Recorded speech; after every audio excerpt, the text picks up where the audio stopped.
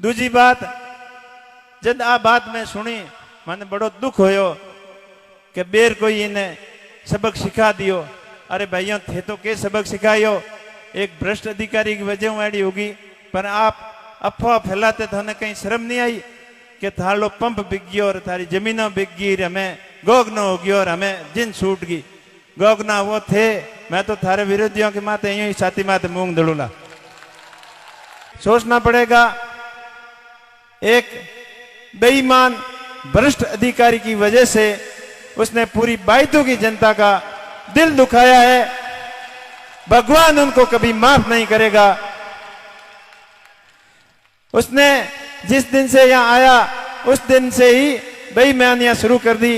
और बेईमानी की तो हद तक होती है जब हमने शिकायत के ऊपर शिकायत करने के बाद भी कोई प्रशासन की तरफ से, उन बुजुर्गों का क्या कसूर था जो अपने आंसू हमेशा थाम नहीं पाए।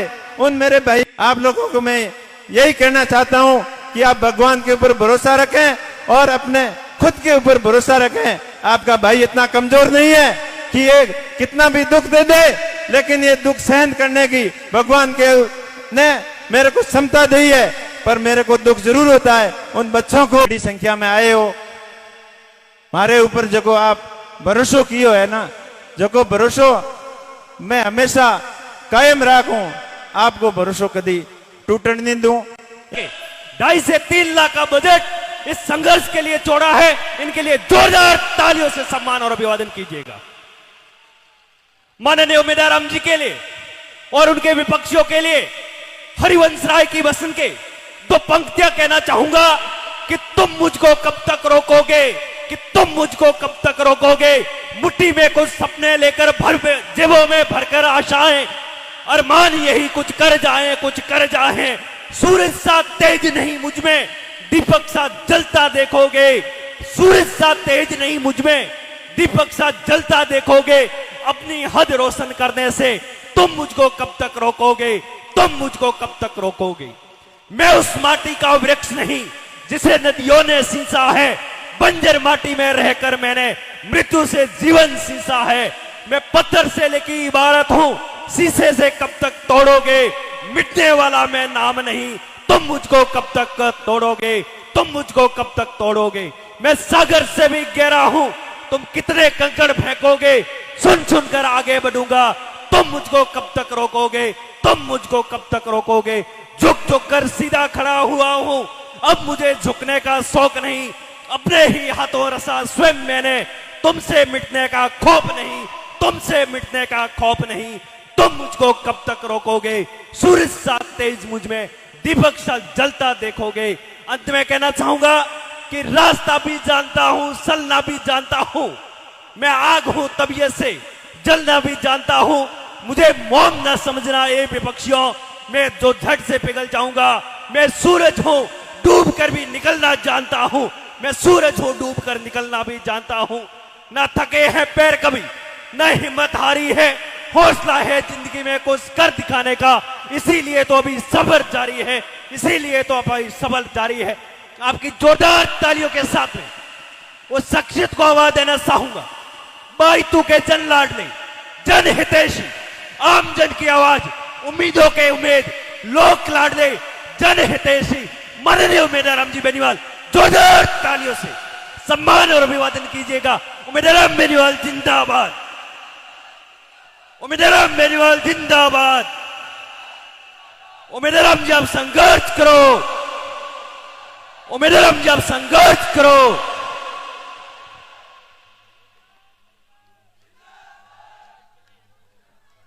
आप सभी बड़ी संख्या में, बड़े जोश और जुनून के साथ में इस खेमा बाबा की पावन धरा बायतू पर बाड़मेर ही नहीं, पश्चिमी राजस्थान के जगह जगह से, संपूर्ण बाड़मेर जिले से और बायतू विधानसभा के संपूर्ण गांवों से 36 कौम के मेरे भाई बड़ी संख्या में यहाँ पधार कर मुझे ये विश्वास और ये सबल बनाने के लिए बड़ी संख्या में आप पधारे हो।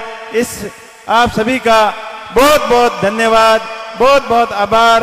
आप सबने मारा घना घना राम राम सा प्रणाम शुक्रिया जय माता जी री सलाम अलैकुम। आप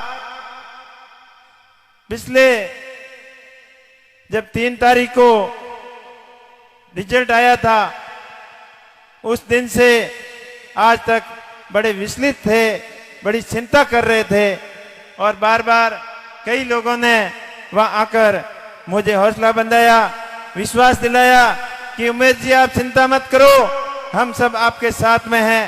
पर कई लोग नहीं आ पाए, तभी ये निर्णय लिया कि हम सब एक साथ में मिलकर अपना मन हल्का करेंगे, अपने मन की बात एक दूसरे से शेयर करेंगे।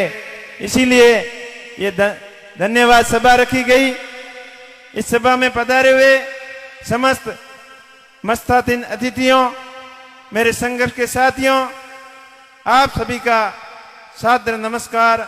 आपकी भावना से ही इतना सफल प्रयास कर सके, इसलिए आप सबका बहुत बहुत धन्यवाद। आज मंच पर विराजमान अपने बीच में मेहमान रूपी आए भाई सत्यनारायण जी विष्णु साहब, जो लुहावट से चुनाव लड़े और बड़े जोश और जुनून के साथ में बड़ी पार्टियों को टक्कर देते हुए बड़ी टक्कर दी और अच्छा चुनाव लड़ा। उनके साथ में हमारे संघर्ष के साथी भाई हाजी मूसे खान जी, जिनका आज जन्मदिन भी है, उनको जन्मदिन की भी बहुत बहुत बधाई। और मंच पर विराजमान समस्त जनप्रतिनिधियों, मेरे संघर्ष के साथियों और सतीश कौम के लोगों का एक बार पुनः आभार और धन्यवाद। अपन सभी खूबसूरत मेहनत करके काफी हद तक अपन सफल भी हुए, लेकिन कहीं न कहीं अपनी थोड़ी बहुत कमियां रह गई। और वो क्या कमियां रही थी इसके बारे में भी सोचना पड़ेगा। एक बेईमान भ्रष्ट अधिकारी की वजह से उसने पूरी बाइतू की जनता का दिल दुखाया है। भगवान उनको कभी माफ नहीं करेगा।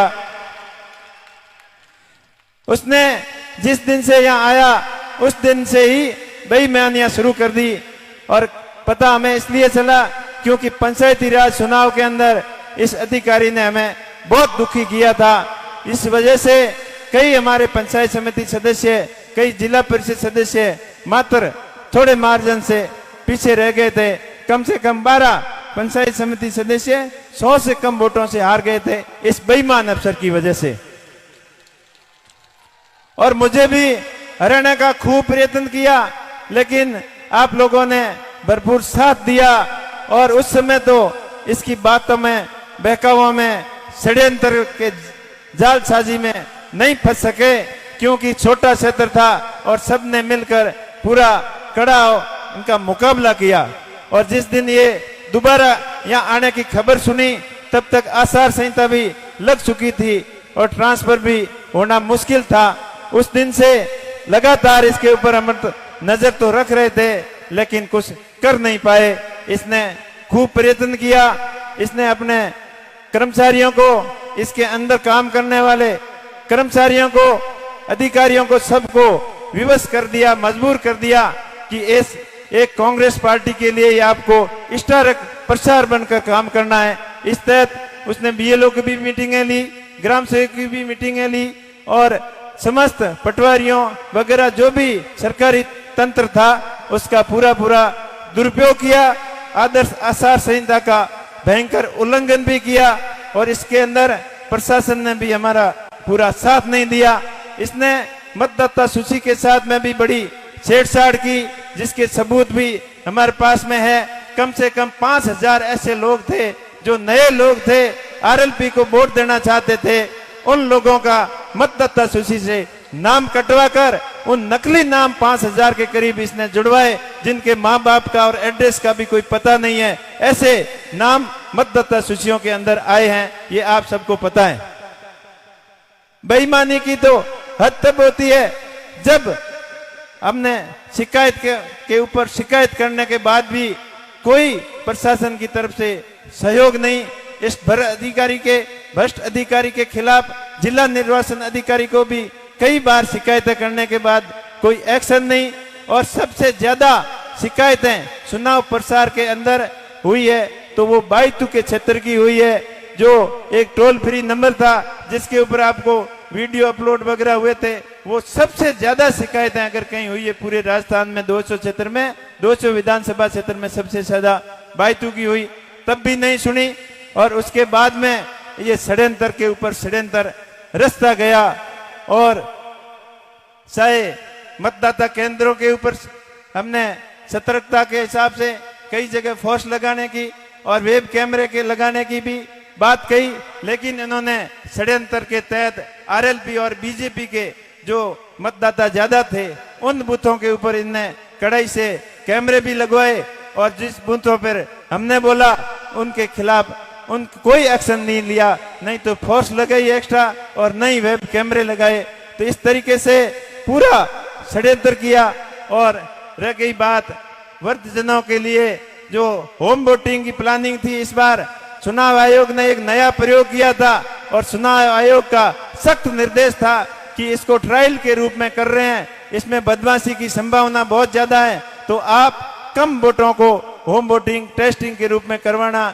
पूरे राजस्थान के अंदर 200 विधानसभाओं में एवरेज प्रत्येक विधानसभा में 200 से 250 से ज्यादा कहीं भी किसी भी क्षेत्र में होम वोटिंग नहीं हुई, लेकिन अपने बायतू के अंदर 3000 होम वोटिंग कराने की इसकी प्लानिंग थी। फिर चुनाव आयोग का डंडा आया तो इसने आधी करके करीब 1500 के करीब होम वोटिंग करवाई, उसके अंदर पूरा का पूरा फर्जीवाड़ा करवाया।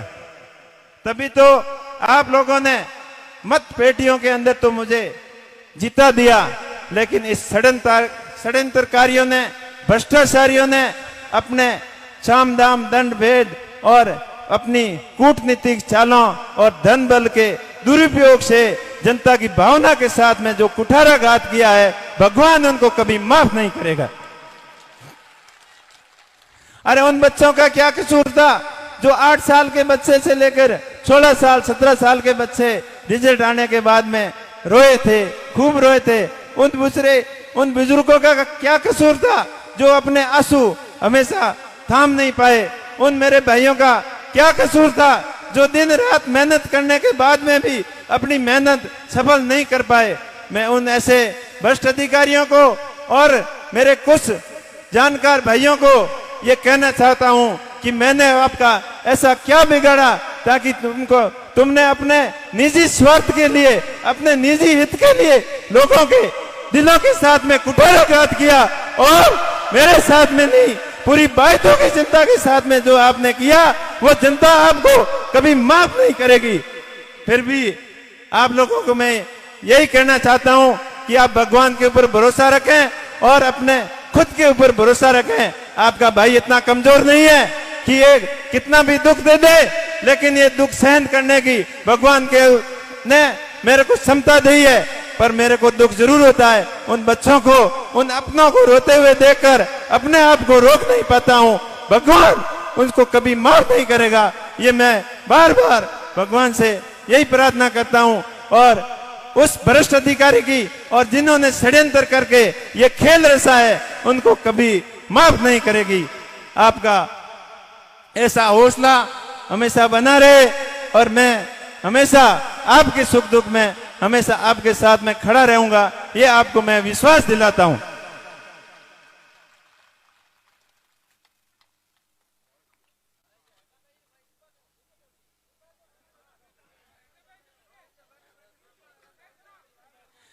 भाइयों, दुख जरूर होता है, लेकिन अपना दुख अपनों को तो जाहिर कर सकते हैं, आपस में एक दूसरा मिल बांट कर शेयर कर सकते हैं, लेकिन लंबे समय तक फिक्र करने से, दुखी होने से कोई फायदा नहीं। आगे मिलकर रहेंगे, मिलकर डटकर लड़ेंगे, इन प्रशासन के खिलाफ लड़ेंगे, इन दुष्टाचारियों और भ्रष्टाचारियों के खिलाफ दिन रात एक करके लड़ेंगे। और चुनाव आयोग के अंदर अपन बड़ी अपील भी करने जा रहे हैं कि ऐसे भ्रष्ट अधिकारी को तुरंत प्रभाव से बर्खास्त करके ये संदेश दें कि आने वाले समय में ऐसी कोई हिम्मत नहीं करे कि जन भावना को दबाने का कोई प्रयास नहीं करे। ये संदेश अपन यहां से जरूर देंगे। बाकी आप लोग इतनी बड़ी संख्या में आए हो, हमारे ऊपर जो आप भरोसो कियो है ना, जो भरोसो मैं हमेशा कायम राखूं, आपको भरोसो कभी टूटने नहीं दूं। इंगे हाथे हाथे पूरी बायतू की जनता खुद चुनाव लड़ी और चुनाव प्रक्रिया के नामांकन सभाओं ले और गिनती हुई भी तक दिन रात एक करन मारो सहयोग दियो। वो सहयोग मैं जिंदगी भर कभी नहीं भूलूं। जो आज अपार जन समर्थन जन सैलाब माने विश्वास बंदावन ने आयो, इन्हें बहुत बहुत धन्यवाद। और समस्त कार्यकर्ता जगह दिन रात एक कर परा और अपने खर्चे हूं और चुनाव लड़ियो और ईशान में कभी नहीं भूलूं। चाहे बूथ लेवल की व्यवस्था हुए, चाहे टेंट की व्यवस्था हुए, चाहे गाड़ियों की व्यवस्था हुए, सब अपने अपने लेवल माते अपनो अपनो खुद को काम समझ आपनो काम धंधो छोड़ और पूरो 1-1.5 महीनों मारे वास्ते आप समर्पित कियो, तो मारा आने वाला 5 साल भी आपके लिए हमेशा समर्पित रहेला। दूसरी बात, जब आ बात मैं सुनी मैंने बड़ो दुख होयो कि बेर कोई इन्हें सबक सिखा दियो। अरे भाइयों, थे तो के सबक सिखायो, एक भ्रष्ट अधिकारी की वजह वाली होगी, पर आप अफवाह फैलाते थे, उन्हें कहीं शर्म नहीं आई कि थालो पंप बिक गयो और थारी जमीनों बिक गई, हमें गोगना हो गयो और हमें जिन छूट गई। गोगना वो थे, मैं तो थारे विरोधियों के माथे यूं ही छाती माथे मूंग दड़ूला। और चिंता तुम्हारी इतनी करी जन पंप और फैक्ट्री और जमीनों खुद खरीदा ही हुए जो बातों करया।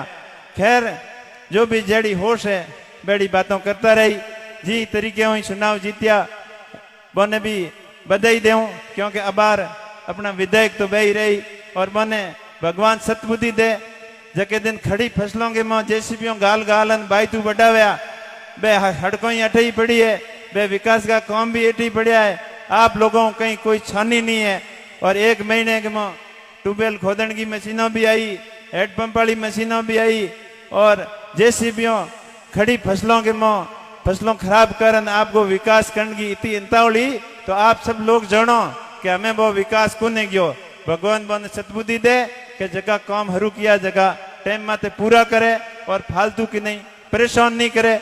और काल पर में एक रिफाइनरी की बात है, चुनाव जीतने रिजल्ट आने के बाद में माननीय विधायक जी का कई गुंडा लोग बटे रिफाइनरी में जा और आरएलपी का कार्यकर्ताओं ने और कंपनी वालों ने धमकाउन लाग गया कि हमें बोंगो राज गयो प्रोन मारो राज आए रो, जो को हमें हैंगो नहीं बोने बारे काटो। मैं बहुत गुंडा हूं, मैं बहुत बदमाश हूं, मैं बहुत बेईमान हूं, पूछना चाहूं कि मारे कने राज खयो हो, जो को खयो गयो ब्रो, जको हो बिंगो डेडो तो जरूर होयो है, पण गयो कहीं को नहीं। और थारे कने रुपयो हो बिंगी श्यारो नहीं रही है, और मारे कने 8 आने को रुपयो होयो है, इतो जरूर होयो है। तो सारे कार्यकर्ताओं ने पूरी बायतू की जनता ने मैं विश्वास दिलाऊं, समस्त कार्यकर्ताओं ने विश्वास दिलाऊं कि अपन ने क्यों डरने की जरूरत नहीं है, घबराने की जरूरत नहीं है। और मुकदमा करन आपने डराने की कोशिश की चुनाव के टाइम बे टाइम में बे सारा मुकदमा और पासा लेना पड़ी। और अगर किंग खिलाफ कोई दबावन की कोई परेशान करने की कोशिश की हुई तो आप हैंगी 1 लाख भिड़ा हो पड़ा और प्रशासन को मजबूती घेराव कर बंगो टकराव करो और बने अपने हक और अधिकारों के लिए हमेशा लड़ता रहा। और कई लोग ऐसी भी बातों करया कि पार्टी हकरी कोई नहीं। अरे भाई, हकरूड़ी की पार्टी हमारे के काम आई? हकरूड़ की पार्टियां तो माने मंडल वालों टिकट भी को दे ही नहीं। मैं धन्यवाद दूं हनुमान जी बेनीवाल साहब ने कि पूरी राजस्थान की जनता ने तीसरो विकल्प दियो, अपन संघर्ष करना सिखायो, लेकिन अपन लोगों के बातों समझ में नहीं आई, वह अपनी कमी है।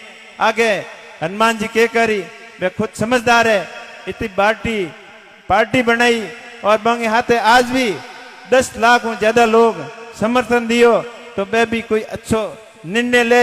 आगे बायतू की जनता समस्त पूरे बाड़मेर की जनता की भावना जो हुई, वह भावनाओं की कदर करते हुए नेताजी को बात कर और सही जगह निर्णय हुई बायतू की जनता और बाड़मेर की जनता के पक्ष में और हित में हुई, वही काम करोला।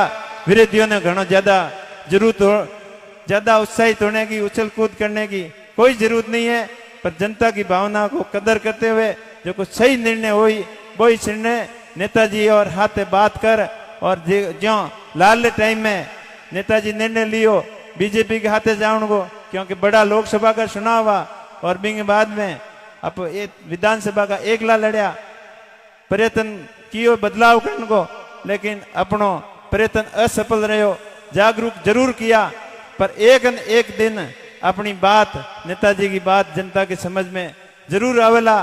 और इस चुनाव में भी जो कुछ चुनाव लड़ने को तरीको, मैं तो मारो ईमानदारी हूँ चुनाव लड़ियो, नेक नीति हूँ लड़ियो, और मारो दिल कदी अलाउ नहीं कियो कि मैं जहर बांट पर जनता हूँ वोट लूं। अगर मेरी होश एड़ी होती तो वो प्रयत्न मैं भी कर सकता, लेकिन मैं हमारी जिंदगी में आने वाले समय में चाहे मेरा विचार जनता ने पसंद आवे या नहीं आवे, एडो गलत काम मैं कदी नहीं करूंगा कि 2 दिन के मैं लोगों ने लोभ लालच में दे वो ध्यान भटका और 5 साल तक लोगों ने तंग हुए, एडो काम कदी नहीं करूंगा। मैं लोगों ने समझाने को प्रयास कियो और लोगे हमारी बात भी मानी, पर 1-2% लोग जगह पंथरीज गया कि निजी स्वार्थियों के चक्कर में और कोई सरकारी अधिकारियों के चक्कर में, भ्रष्टाचारियों के चक्कर में और लोभ और लालच के धन बल के चक्कर में 1-2% लोग पंथरीज गया। तो हैंगी लोगों ने मैं दोष नहीं दूं, सब लोग बढ़िया मेहनत की हुई और शिक्षा की व्यवस्था आगे बढ़िया हुए ताकि लोग कभी पंथरीजे नहीं। शिक्षा वो शेरनी का दूध है, जो पिएगा वो दौड़ेगा, ये बाबा साहब ने आज से करीब 80-90 साल पहले कहा था, और इस चीज का अभी अपने को एहसास हो रहा है।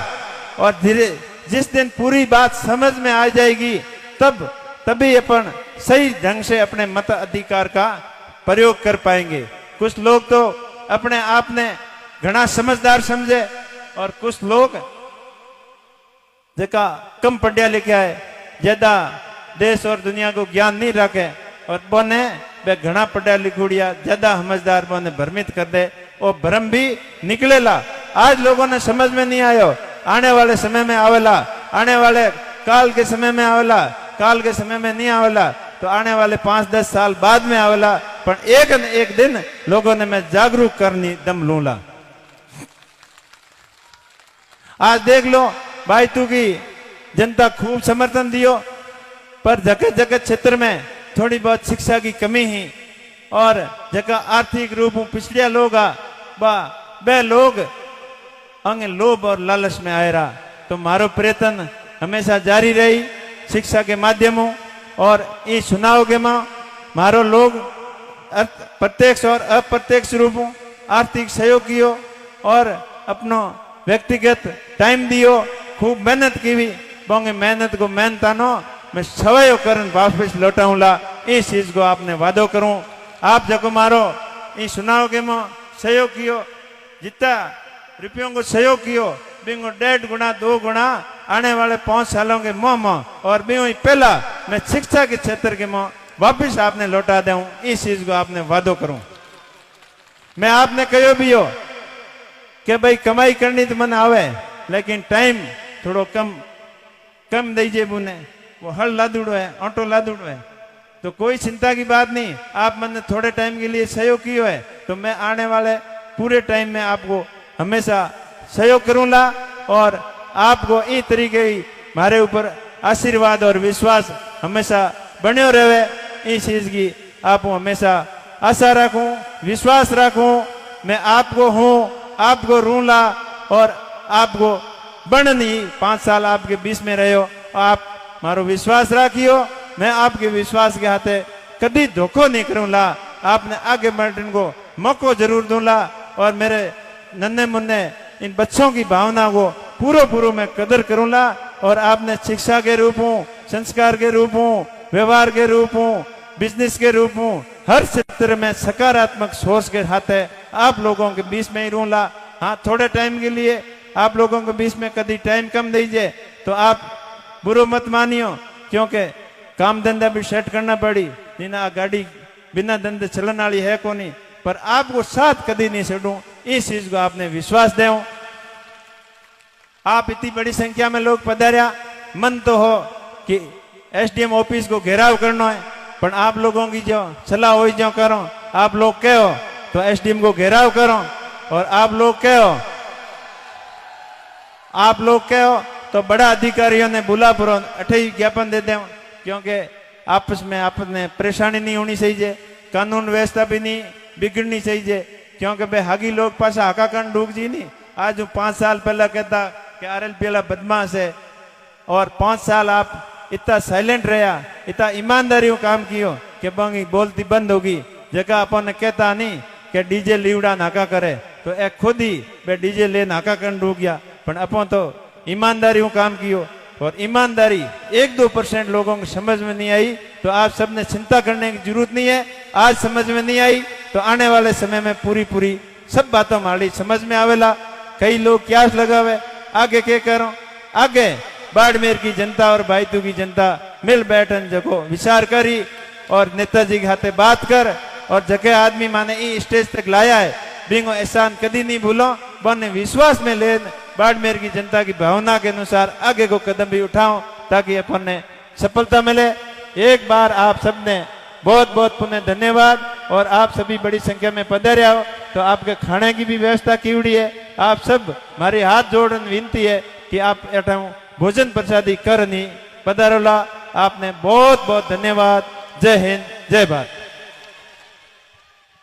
ये एक बार सब लोग बैठे रहे, अभी एक बार एक भी व्यक्ति 2 मिनट के लिए नहीं उठे, सबको भोजन करके पधारना है। उमेदाराम जी का भाषण आपने सुना, बड़ी संख्या पधारे, सबका धन्यवाद। 2 मिनट मंच पर बात कर रहे हैं। हमारे बीच में कलेक्टर साहब ने एक अधिकारी को भेजा है, सिंदरी के एसडीएम साहब और कुछ अधिकारी हमारे बीच में आए, वो मंच पर आ रहे हैं। तो आज का अपना एक बार ये तय किया है, एक बार सुने, आज अपनी धन्यवाद सभा है, इसलिए अपन आज कोई घेराव नहीं करेंगे।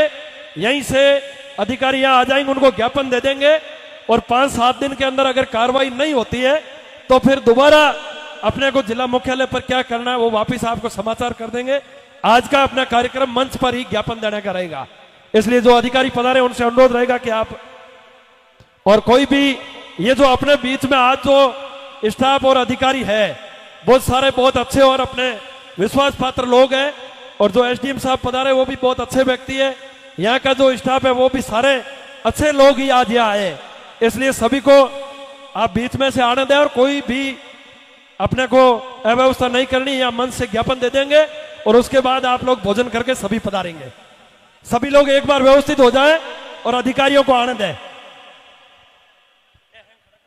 बहुत बहुत धन्यवाद। और मंच पर जो लोग खड़े, आप बैठ जाओ, खड़े मत हो भाई। मंच पर जितने भी लोग आप बैठे हो, आप सभी लोग बैठ जाओ। मंच पर उपस्थित मैं तमाम महानुभावों से निवेदन करूंगा कि आप सभी लोग पुनः विराज जाएं।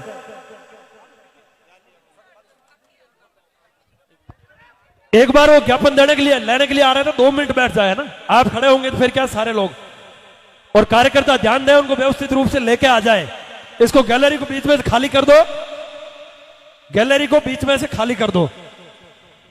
जो अधिकारी आ रहे हैं उनको बीच में से सीधा आने दें, आप लोग साइडों में हो जाए, पूरी